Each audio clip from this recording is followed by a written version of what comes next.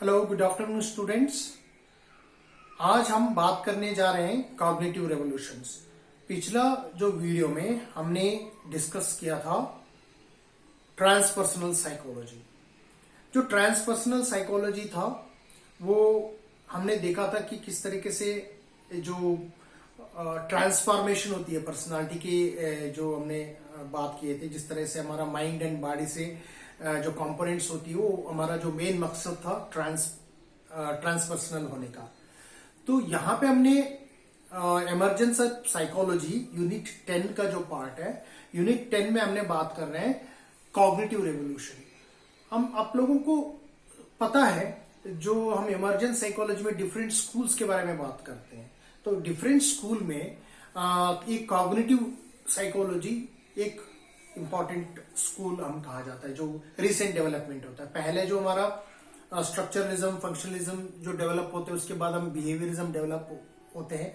तो आज हम बात कर रहे हैं किस तरीके से कॉग्निटिव रेवोल्यूशन हो गया, यानी कि डिफरेंट फील्ड में कॉग्निटिव साइकोलॉजी को विकास हो गया। अब हम उसको यूज कर रहे हैं, we are using cognitive applications. Cognitive psychology के जो एप्लीकेशंस है वो डिफरेंट फील्ड में हम इस्तेमाल कर रहे हैं। वो कैसा है, कुछ ऐसी जो घटना है जो माइलस्टोन कहा जाता है, वो माइलस्टोन के बारे में हम आज डिस्कस करने जा रहे हैं। जरा सा आप इसको याद रख लीजिएगा, जो हम डिस्कस करने जा रहे हैं यहाँ पे लिखा हुआ है, आप देख सकते हैं यहाँ पे एक एक करके मैं आपको एक्सप्लेनेशन करूंगा बैकग्राउंड, ताकि आपको इसका बैकग्राउंड समझ में आ जाए। सो सबसे इंपॉर्टेंट जो पॉइंट है वो है जो कॉग्निटिव साइकोलॉजी जो डेवलप हुई थी वो रेस्पॉन्स टू बिहेवियरिज्म। ये जो बिहेवियरिज्म हुआ था, जो बिहेवियरिस्टिक प्रिंसिपल हुआ था, उसका जो प्रिंसिपल बेसिकली विजिबल, इसको हम बोलते हैं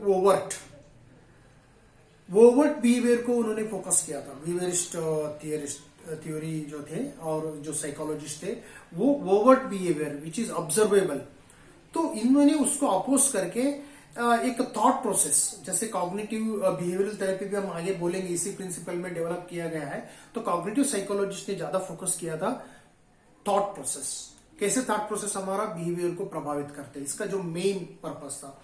तो उसके लिए रेस्पॉन्स टू बिहेवियरिज्म, इसको रेस्पॉन्स करके, इसको एक तरीके से विरोध करते हुए, इस प्रिंसिपल को क्वेश्चन करते हुए हमारा जो कॉग्निटिव रेवोल्यूशन डेवलप होती है, सबसे इंपॉर्टेंट पॉइंट। और उसके बाद आती है 1950 में जो इंपॉर्टेंट पॉइंट होता है वो है लिंग्विस्टिक में बहुत कुछ चेंजेस होती है। लिंग्विस्टिक डेवलपमेंट या लिंग्विस्टिक थ्योरी भी डेवलप होते हैं, बहुत कुछ थ्योरीज भी हम अभी डिस्कस करेंगे।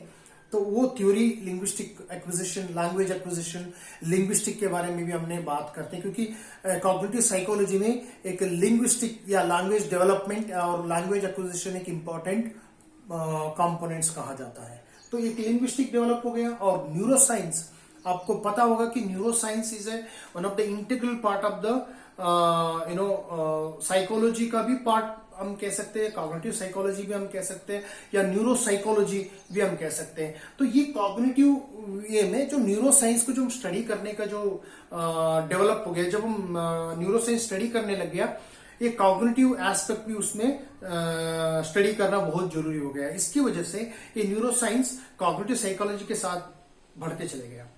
तो आज की डेट में न्यूरो साइंस जो है पढ़ाया जाता है, वो कॉग्निटिव पर्सपेक्टिव में भी स्टडी किया जाता है। और एक कंप्यूटर, आपको पता होगा कि आईटी रिवोल्यूशन हो गया, तो कहीं ना कहीं हमने कंप्यूटर मॉडल को ह्यूमन माइंड और ह्यूमन बिहेवियर के साथ जोड़ के हमने स्टडी करने की कोशिश करते हैं। अभी आगे इसका कॉन्सेप्ट भी आया है, आर्टिफिशियल इंटेलिजेंस की हम बात करते हैं, रोबोट की हम बात करते हैं, और अलग अलग तरीके से कंप्यूटर मॉडल डेवलप हुआ है, जैसे आर्टिफिशियल इंटेलिजेंस मॉडल हम कहते हैं।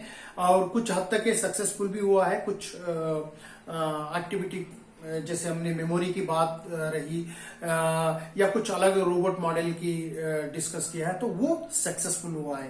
तो एक इंपॉर्टेंट मॉडल है, ये कॉग्निटिव रेवोल्यूशन का एक इंपॉर्टेंट माइलस्टोन हम कह सकते हैं। ठीक है, तो ये हो गई। और एक इंपॉर्टेंट उसी के आसपास में एक फेमस साइकोलॉजिस्ट है जो मिलर, जो है मिलर मैजिकल नंबर है। तो वो Miller magical number is related to working memory.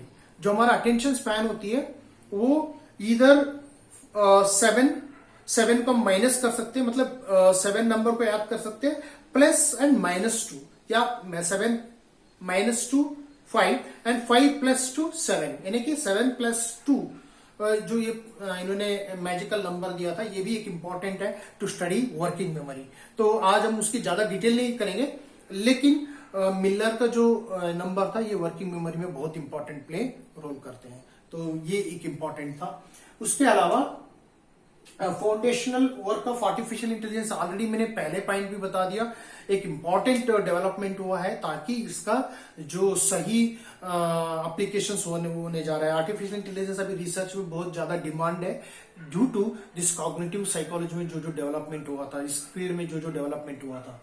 और उसके अलावा theory of human problem solving हुआ है, जैसे साइमन एंड नीवेल इन्होंने एक अप्रोच को डेवलप करते हैं कि how human mind problem solving को उसकी उन्होंने एक मॉडल तैयार किया है, ह्यूमन माइंड किस तरीके से प्रॉब्लम को अप्रोच करते हैं। उसमें डिफरेंट मेथोडोलॉजी है, तो वो हमारा इस कंटेक्स्ट में और इस क्लास में डिस्कस करने की स्कोप में नहीं आता, तो मैं उसको डिटेल नहीं जाऊंगा। लेकिन साइमन एंड सीवेल का जो प्रॉब्लम सॉल्विंग मॉडल है वो भी एक कॉग्निटिव का डिसीजन मेकिंग का एक इंपॉर्टेंट अप्रोच है। ये साइकोलॉजी में अपना एक रोल प्ले करते हैं, तो एक इंपॉर्टेंट मॉडल है, ये आपको आगे भी पढ़ सकते हैं इसके बारे में डिटेल। तो आप और इसके बाद एक इंपॉर्टेंट है, एक फेमस साइकोलॉजिस्ट है nieces book on cognitive psychology. ये एक इंपॉर्टेंट बुक है, एक क्लासिकल बुक हम कह सकते हैं। तो वो इन्होंने इसके बारे में कॉग्निटिव साइकोलॉजी के इंपॉर्टेंट एस्पेक्ट जो फाउंडेशन एस्पेक्ट हम कह सकते हैं, उन्होंने इसके बारे में किताब लिखी हुई है। तो this book is very important, landmark हम कह सकते हैं। तो these are the landmarks in cognitive revolution. तो as a context of in the context of emergence of psychology, cognitive psychology में क्या क्या चेंजेस हुई थी, कैसे वो एज ए सेपरेट फील्ड होके डेवलप हुई, उसके बारे में हम यूनिट 10 की कंटेक्स्ट में स्टडी कर सकते हैं। तो आई होप ये वीडियो में आप कुछ इंफॉर्मेशन हासिल कर लिया है, थोड़ा आपको आइडिया बढ़ गई है, तो मैं ये सोच सकता हूँ।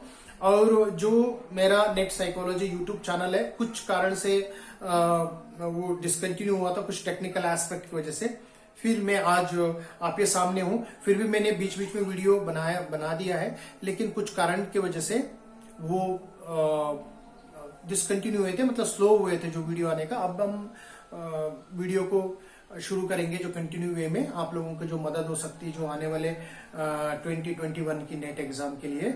और आप मेरा इसके रिलेटेड वीडियो को प्ले लिस्ट में देख के आप उसका जो मदद ले सकते हैं, लिंक आप मिल जाएगा कि हमने किस तरीके से स्टेप बाय स्टेप गई हुई है। और इसके साथ साथ आप हमारा वीडियो को शेयर करें, सब्सक्राइब करें, बेल बटन दबाएं जो सब्सक्राइब का, तो आप ताकि इसका जो इंफॉर्मेशन और लोगों को भी मिल जाए। तो इसी कंपोनेंट के साथ मेरा वीडियो को मैं समाप्त कर रहा हूँ। Thank you so much for watching videos.